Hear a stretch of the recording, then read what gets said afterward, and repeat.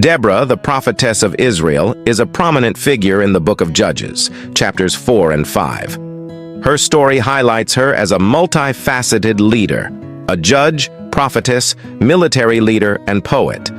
Her story takes place during the period of the Judges, a time characterized by a cyclical pattern of Israelite sin, oppression by enemies, cries for help, and deliverance by judges raised up by God.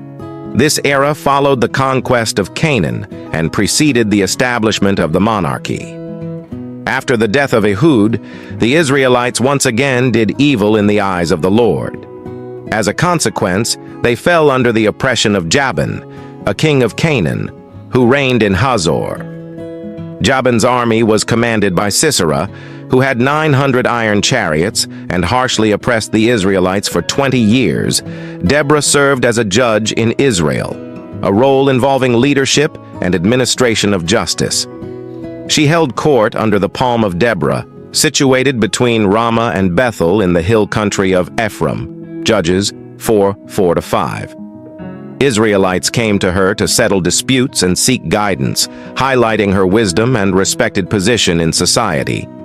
As a prophetess, Deborah had the gift of receiving and conveying divine messages. Her prophetic role is crucial in the narrative, as she was the intermediary through whom God communicated his will to the people.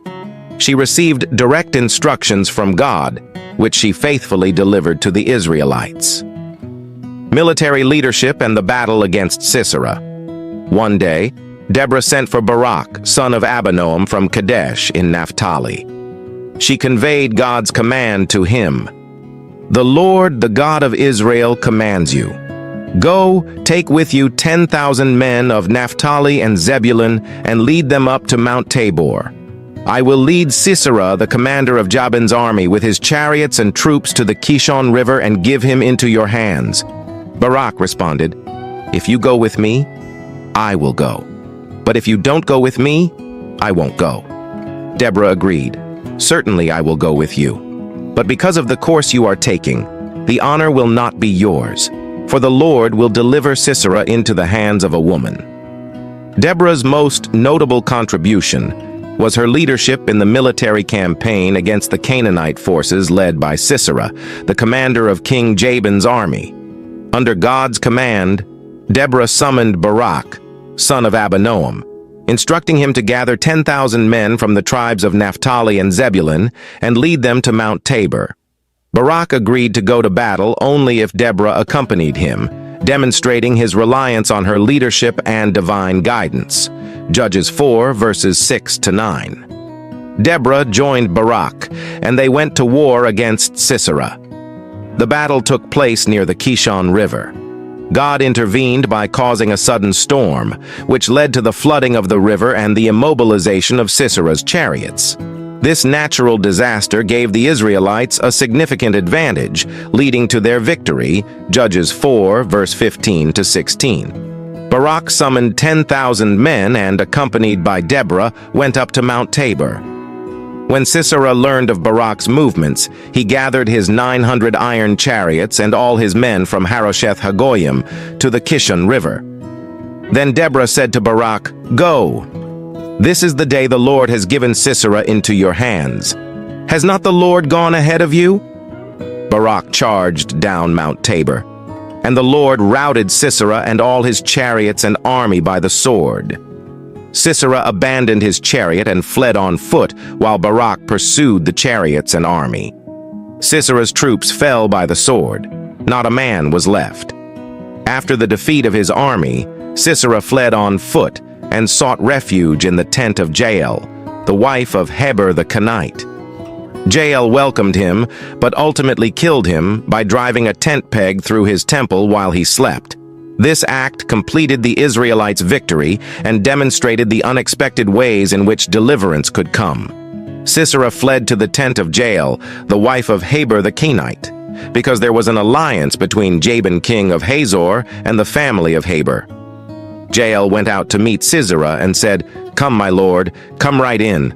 Don't be afraid." So he entered her tent, and she covered him with a blanket. Sisera said to her, "I'm thirsty. Please give me some water."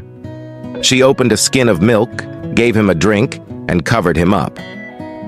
"Stand in the doorway of the tent," he told her. "If someone comes by and asks you, 'Is anyone in there?' say, 'No.'"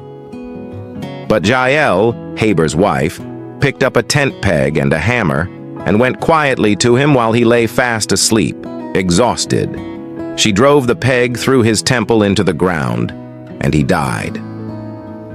Judges 5 records the Song of Deborah, a victory hymn attributed to Deborah and Barak. This song is one of the oldest pieces of Hebrew poetry and provides a detailed account of the battle, the cooperation of the tribes, and the celebration of God's deliverance. The song highlights Deborah's leadership, Barak's bravery, and Jael's decisive action. It also underscores the themes of divine intervention and the importance of unity among the tribes of Israel. Barak came by in pursuit of Sisera, and Jael went out to meet him. "Come," she said, "I will show you the man you're looking for." So he went in with her, and there lay Sisera with the tent peg through his temple, dead. On that day, God subdued Jabin, king of Canaan, before the Israelites. The hand of the Israelites pressed harder and harder against Jabin, king of Canaan, until they destroyed him. Deborah's legacy as a judge and prophetess has had a lasting impact on the history and theology of Israel. She is remembered for her wisdom, courage, and faithfulness to God. Her story exemplifies the power of divinely inspired leadership and the crucial role of women in Israel's history. Deborah's narrative has inspired countless generations, emphasizing that leadership and prophetic gifts are not confined by gender. In Jewish and Christian traditions, Deborah is often cited as a model of strong, faithful leadership. Her story has been used to advocate for women's roles in religious and community leadership. She serves as an example of how one can lead with wisdom, courage, and reliance on God's guidance. Deborah trusted God's promises and led Israel with unwavering faith. As Christians, we must learn to trust in the Lord at all times.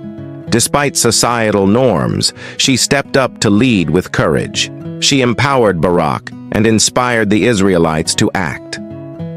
Deborah's story emphasizes the significant role women can play in leadership. As a judge, she was committed to justice and righteousness. The Song of Deborah underscores the importance of praising God for his deliverance. We must learn to praise and thank God in all situations of our lives.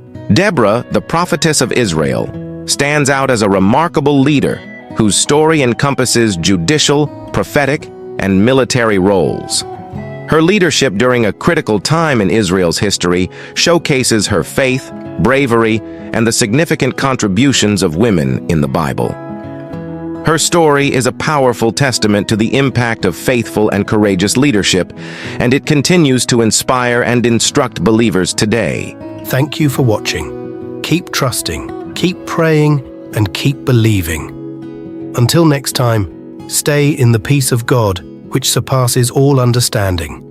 Don't forget to like, share, and subscribe for more inspirational videos. Your support is highly appreciated. God bless you.